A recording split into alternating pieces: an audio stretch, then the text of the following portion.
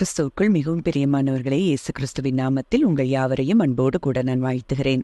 இந்த நாளிலும் தேவன் நம்மோடு கூட இடைப்படுகின்ற ஒரு வார்த்தை, சங்கீதம் 3 அதிகாரம் 3 ஆனாலும் கர்த்தாவே, நீர் என் கேடகமும் என் மகிமையும் என் தலையை உயர்த்துகிறவருமாயிருக்கிறீர். ஆம், இந்த வார்த்தையின் மூலம் தேவன் இன்றைக்கு நம் ஒருவரோடு கூட இடைப்பட விரும்புகிறார்.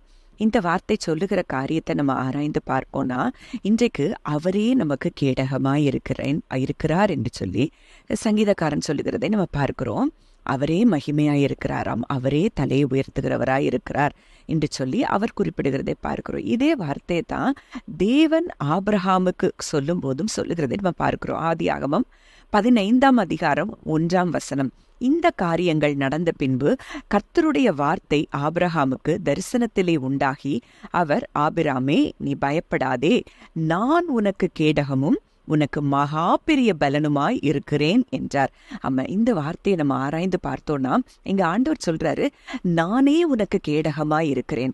அப்போ ஒரு கேடகம் அப்படிங்கிறது எதிரிகிட்ட இருந்து வருகிற எல்லா கணைகளையும் அது என்ன செய்யும், தடுத்து நிறுத்தக்கூடிய ஒரு போர் ஆயுதமாய் இருக்கிறத நம்ம பார்க்கிறோம்.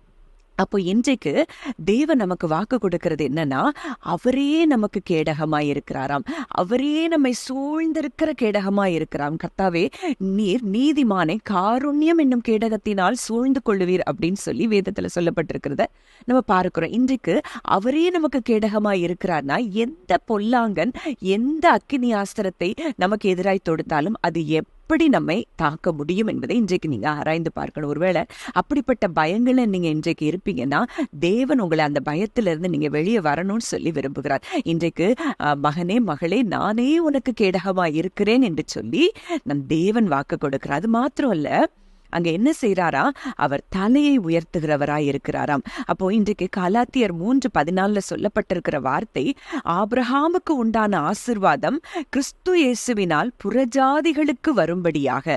அப்போ இன்றைக்கு புறஜாதிகளாகிய நாம் இன்றைக்கு கிறிஸ்துவை விசுவாசத்தின் மூலம் ஏற்றுக்கொண்டது நிமித்தம் இன்றைக்கு ஆபிரகாமுக்கு சொல்லப்பட்ட அத்தனை வாக்குத்தத்தங்களுக்கும் நாம் சுதந்திரவாளிகளாய் இருக்கிறோம். அப்போ இன்றைக்கு தேவன் ஆபிரகாமுக்கு கொடுத்த ஒவ்வொரு வாக்குத்தத்தத்தையும் நீங்க விசுவாசிப்பீங்க அப்படின்னா, அந்த விசுவாசம் உங்க வாழ்க்கையில அப்படிப்பட்ட காரியங்களை கொண்டு வரும் என்பதுல சந்தேகமே இல்லை. அப்போ இன்றைக்கு தேவன் வாக்கு கொடுத்திருக்கிறாரு ஆபிரகாமுக்கு, நான் கேடகமா இருக்கிறேன், நானே உனக்கு பலனா இருக்கிறேன்னு சொல்லியிருக்கிறாருன்னா, இன்றைக்கு அந்த ஆசீர்வாதம் உங்களுக்குரியது. ஆபிரகாம் கிட்ட நிச்சயமாக நான் உன்னை ஆசீர்வதிக்கவே உன்னை ஆசீர்வதித்து உன்னை பெருகவே பெருக பண்ணுவேன் ஆபிரகாமுக்கு ஒரு வாக்குத்தத்தம் கொடுத்திருப்பாரானால், இன்றைக்கு வாக்குத்தத்தத்தின் சுதந்திரவாளிகளாகிய அது உங்களுக்கும் உரியது என்பதை நீங்கள் அறிந்து கொள்ள வேண்டும். இதை எவ்வளவு தூரம் நீங்க விசுவாசிக்கிறீங்களோ அவ்வளவு தூரம் உங்க வாழ்க்கையில இந்த காரியங்கள் நடக்கிறத நீங்க பார்ப்பீங்க. அப்போ இதை குறித்து நான் தியானித்துக் கொண்டு இருக்கும் போது, வேதத்துல இன்னும் இதை ஆழமா நம்ம பார்க்கணும் அப்படின்னா, சாத்ராக், மேஷாக், ஆபேத்நேகோவினுடைய அவங்க காலத்துல நடந்த அந்த சம்பவத்தை நம்ம பார்க்கும்போது, அங்க ஒரு பொற்சிலைய நேபுகாத் நேச்சார் நிறுத்தி அதை பணிந்து கொள்ளலன்னா எரிகிற அக்கினி சூளையில நாங்க போடுவோம்னு சொல்லி அங்க பயமுறுத்துறாங்க.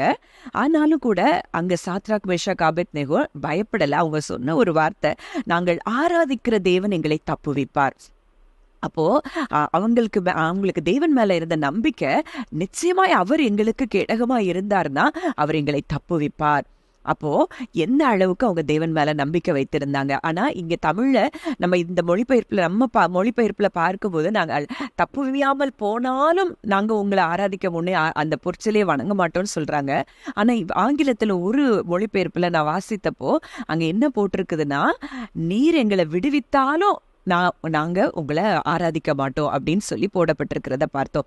எதுவோ எப்படியோ, ஆனா அங்க தேவன் அவங்களுக்கு எப்படி கேடகமா இருந்தார் அப்படிங்கிறத நம்ம பார்த்தோம். அப்படின்னா, அவங்களை அக்கினி சூளையில தூக்கி போடுறாங்க. அக்கினி சூளையில கொண்டு போட்டவங்க கூட அங்க கருகி போனாங்களாம். ஆனா அவங்க எப்படி இருக்கிறாங்க, தானியேல் 3 அதிகாரம் 26 24 ராஜாவாகிய நேபுகாத் நேச்சார் பிரமித்து தீவிரமாய் எழுந்திருந்து தன் மந்திரிமார்களை நோக்கி, 3 புருஷரை அல்லவோ கட்டுண்டவர்களாக அக்கினியிலே போடுவித்தோம் என்றான். அவர்கள் ராஜாவுக்கு பிரதியுத்தரமாக, ஆம் ராஜாவே என்றார்கள்.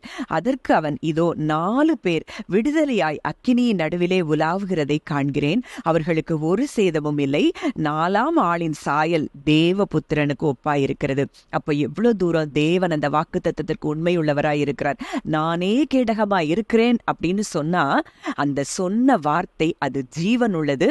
அதை விசுவாசிக்கிறவர்களுக்கு அது கிரியை செய்யும் அப்படிங்கிறத நீங்க இன்றைக்கு அறிந்து கொள்ளணும். அப்போ இன்றைக்கு அந்த நான் கேடகமாய் இருக்கிறேன் என்று சொல்லி ஆபிரகாமுக்கு வாக்கு கொடுத்தவர் அங்க தானியேலுக்கு, சாத்ராக் மேஷாக் ஆபேத்நேகோவுக்கு அவரே கேடகமாய் இருந்து அந்த எரிகிற அக்கினி கூட அவங்க அந்த வார்த்தை அதுல என்ன சொல்லப்பட்டிருக்குது அப்படின்னா, அவங்க அக்கினி அவங்க சரீரத்தின் மேல பலம் செய்யாமலும் அவருடைய தலைமயிர் கருகாமலும் அவர்களுடைய சால்வைகள் சேதப்படாமலும் அக்கினியின் மனம் அவர்களிடத்தில் வீசாமலும் இருந்ததை கண்டார்கள்.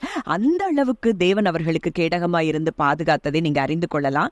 மேலும் அவர் தலையை உயர்த்துகிற தேவனாய் இருக்கிறார் என்பதற்கு அடுத்த வசனத்தை நம்ம பார்க்கும்போது நேபுகாத் நேச்சார் சொல்றாரு, சாத்ராக் மேஷாக் ஆபேத்நேகோ என்பவர்களுடைய தேவனுக்கு ஸ்தோத்திரம். அவர்கள் தங்களுடைய தேவனை தவிர வேறொரு தேவனையும் சேவித்து பணியாமல் அவரையே நம்பி ராஜாவின் கட்டளையை தள்ளி தங்கள் சரீரங்களை ஒப்பு கொடுத்ததினால் அவர் தமது தூதனை அனுப்பி தாசரை விடுவித்தார் அப்படின்னு சொல்லி அந்த 30ஆம் வசனத்துல சாத்ராக் மேஷாக் ஆபேத்நேகோ என்பவர்களை பாபிலோன் தேசத்திலே உயர்த்தினான் அப்படின்னு சொல்லப்பட்டிருக்கிறத பார்க்கிறோம். இன்றைக்கு தேவன் இதே வாக்குத்தத்தத்தை உங்களுக்கு கொடுக்கிறார். அவரே உங்களுக்கு கேடகமாய் இருக்கிறாரா? அவரே உங்களுக்கு மகிமையாய் இருக்கிறாரா? வெட்கப்பட்ட இடங்களில் எல்லாம் உங்கள் தலையை அவர் உயர்த்த போகிறேன் என்று சொல்லி கர்த்தர் வாக்கு கொடுக்கிறார். ஜெபிக்கலாம். நல்ல தகப்பனை, நன்றியோடு உம்மை துதிக்கிறோம், ஸ்தோத்தரிக்கிறோம். இதை கேட்கிற மக்கள் ஒவ்வொருவருடைய வாழ்க்கையிலும் கர்த்தாவே, நீர் கேடகமாய், நீர் மகிமையாய், நீர் தலையை உயர்த்துகிறவர் அப்பா, நீர் ஆசீர்வதிக்கிற கிருபைக்காய் நன்றி செலுத்துகிறோம். இந்த வார்த்தையின்படி கர்த்தர் ஒவ்வொருவரையும் பலப்படுத்தின கிருபைக்காய் நன்றி செலுத்துகிறோம். இயேசுவின் மூலம் கேட்கிறோம் ஜீவனுள்ள நல்ல பிதாவே, ஆமென்.